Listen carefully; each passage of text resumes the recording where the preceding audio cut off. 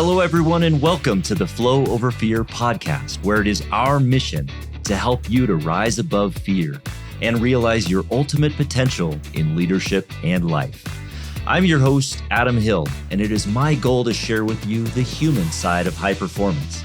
My guests share their experience with fear, anxiety, struggle, challenge, and most importantly, despite all of it, how they rose above it to achieve incredible results. So, if you're ready to rise up, let's get started. Hello, everyone, and welcome to this recap episode of Flow Over Fear. Today, I'm going to break down my interview with David Mammano.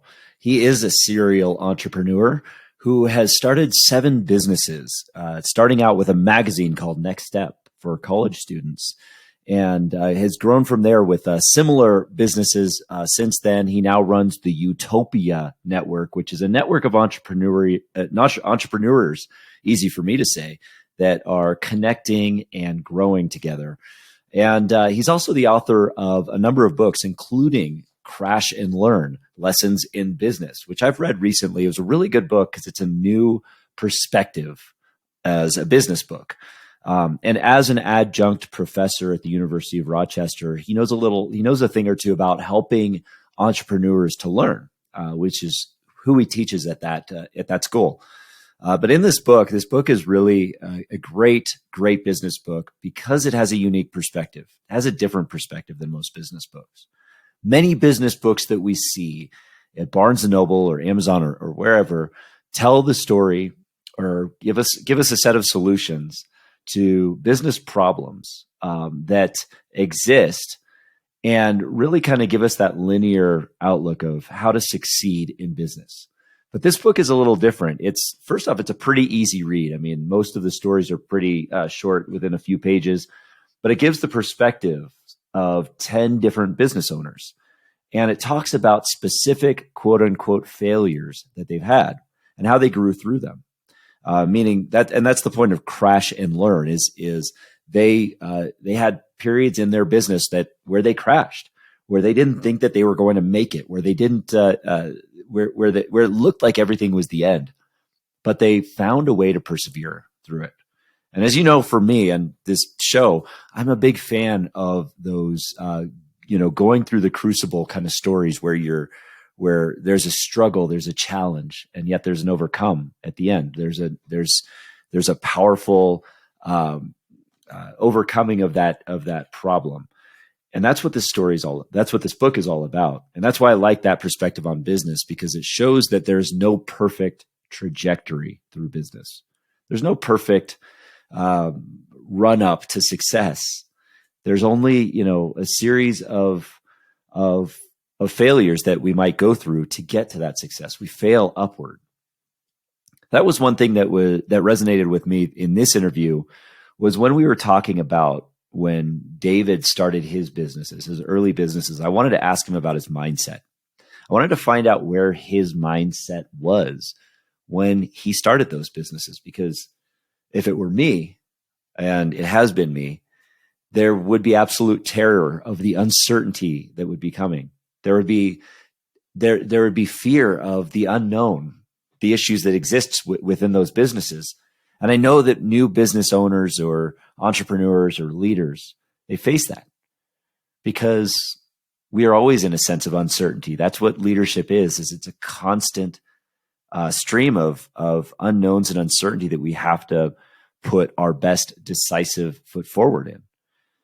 And I think what got David through it, or what he said got him through it, was first, he wanted to do whatever it took. He didn't want to be in the corporate world. He didn't want to be working for somebody else. He wanted to make it on his own. So he was willing to do whatever it took. That was part of his mindset. But the other part was his perspective on failure. What did failure mean? And it's really how he defined it that helped him to persevere and keep moving forward. So the failure would only happen if he gave up. So really, he defined failure in such a way that he made it so that failure was a choice, and that choice meant giving up on the goal, giving up on the dream. So once he defined it that way, he couldn't fail. unless he forced that failure on himself.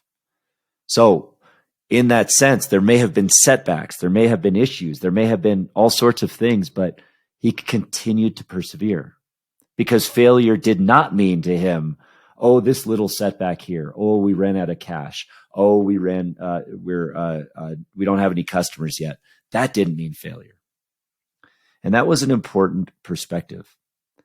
And as he built that business, he built it over, many years, and it began to find success to the point where he was able to get out of his nightly food service job that he was in. And going down the path of starting some similar businesses, he had a lot of success in building it up. But I'd asked him also about a time in when he had crashed and learned, when he had experienced what he would consider a setback that was massive enough. And he described the story of how he might have held on. Hindsight being 2020, and in business, that's always true. Hindsight is always 2020. You could look back and you can see the solution clear as day if you look backward. But to him, living in the moment of building this print magazine and building this franchise and franchising it out to different regions and areas and making money that way, he didn't really anticipate to the degree that it would take over the digital revolution. And that's true of a lot of people in print, by the way. There's no question about it. The internet and everything associated with it has changed how we do business in this world. And at the time, it wasn't easy to see that when the digital revolution was going to take over, there were going to be incredible marketing opportunities. It just seemed like everybody was putting content up, and all of a sudden it was readily available, and it was taking away this highly capital intensive print medium. So in that time, he had 15 employees. He didn't want to let anybody go, and I understand that completely. There's a lot of compassion in that you want to keep this thing alive. You want to keep your employees, and and so taking out debt to expand the print medium as long as he could. But ultimately, the writing came on the wall, and he finally did sell the business, and he sold it, and ended up exiting that business and starting some new things as well. But the lesson that he got from that, and that wasn't, again, by definition, that's not a failure, because there's no giving up there. But it was a successful transition into something new, because one thing that is really, really one of the common themes that is happening in a lot of this is that there's never a sense of permanence within anything in terms of, the print medium could be taken away by something else, by the digital medium. Certain businesses, even within, the handshake and hug kind of businesses, can be taken out by something like COVID. We have to become adaptable. So even in those experiences, it's important to look back on our experience in those times, in those challenges, and see what maybe we could have done to maybe make it a little better. And, hindsight being 2020, you could look back at that digital revolution and say, well, maybe we can switch at this perfect time to becoming a digital marketing company or something like that. But always having those contingency plans of being able to know that, well, if this thing isn't going to, make it, we can always sell it. We can always do something else, having a contingency plan in place. And when we get into that brought up another point in terms of risk mitigation. And I wanted to get into that conversation with him a little bit around how, as entrepreneurs, we see these uncertainties. We see that there's, that uncertainties and things like that exist in the future that we just don't know are going to happen. And that causes fear within us. We feel like we're isolated. We feel like we're alone. So how do we find that balance of risk mitigation, of mitigating that risk of, having these setbacks, while also, leaning a bit into that unknown so that we can, do that. And his answer was something that is becoming a bit of a theme within a lot of the guests that I'm talking to, and that is community. Getting into a community of entrepreneurs or like-minded people that can hold you accountable, but also can be a sounding board to certain things or certain issues that you might be facing in the world of business or in fitness or what have you, so that you can mitigate some of those risks and you can get that kind of hive mind. So going through that's again, it's been a common theme within a lot of the guests that I've talked to. Community is a way to alleviate some of that fear because it takes away some of that uncertainty and it gives us a combined perspective. So finding community, finding a network, if you're really struggling, that's a great way to do it. And finally, so what David's doing now, and what's really exciting and unique about what he would call his chocolate and peanut butter, is that he's working within his speaking engagements, and he's talking at different companies and different events and things like that. He wants to bring the infusion of humor back into business. He says he wants to bring funny back into business. And I can really relate to this. And in fact, he encouraged me to wear a Speedo in my company, which I thought was kind of weird. I'm just kidding, by the way. I was the one who said that, but that's neither here nor there.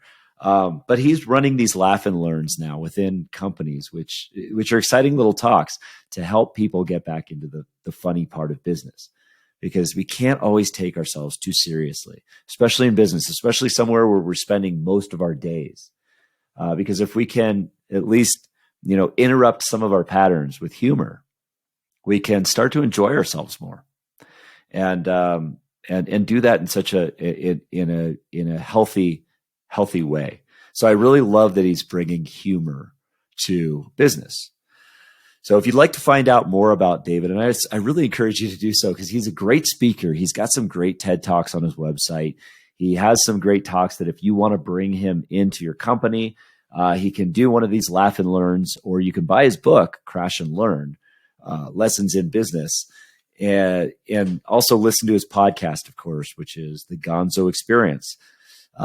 Listen to that, buy the book, reach out to David. You can find him at davidmammano.com, davidmammano.com. That's Mammano. And you can find everything about him. So check him out there. Thank you for listening to this recap, and we will see you next time. Hey, everyone. Thanks for tuning in to the Flow Over Fear podcast. If you'd like to learn more about getting into flow and learn the foundations of flow, I have a free video series on my website at www.adamcliffordhill.com called The Foundations of Flow. Feel free to go there and download it and start your journey to rising above fear and achieving greater flow in your life. And if you like this episode, and I'm guessing you did if you stuck around for this long, then please do me a favor and hit the subscribe button, and you will receive notifications when I have new interviews, new recaps, and new trainings that pop up on YouTube. Thanks again for joining us.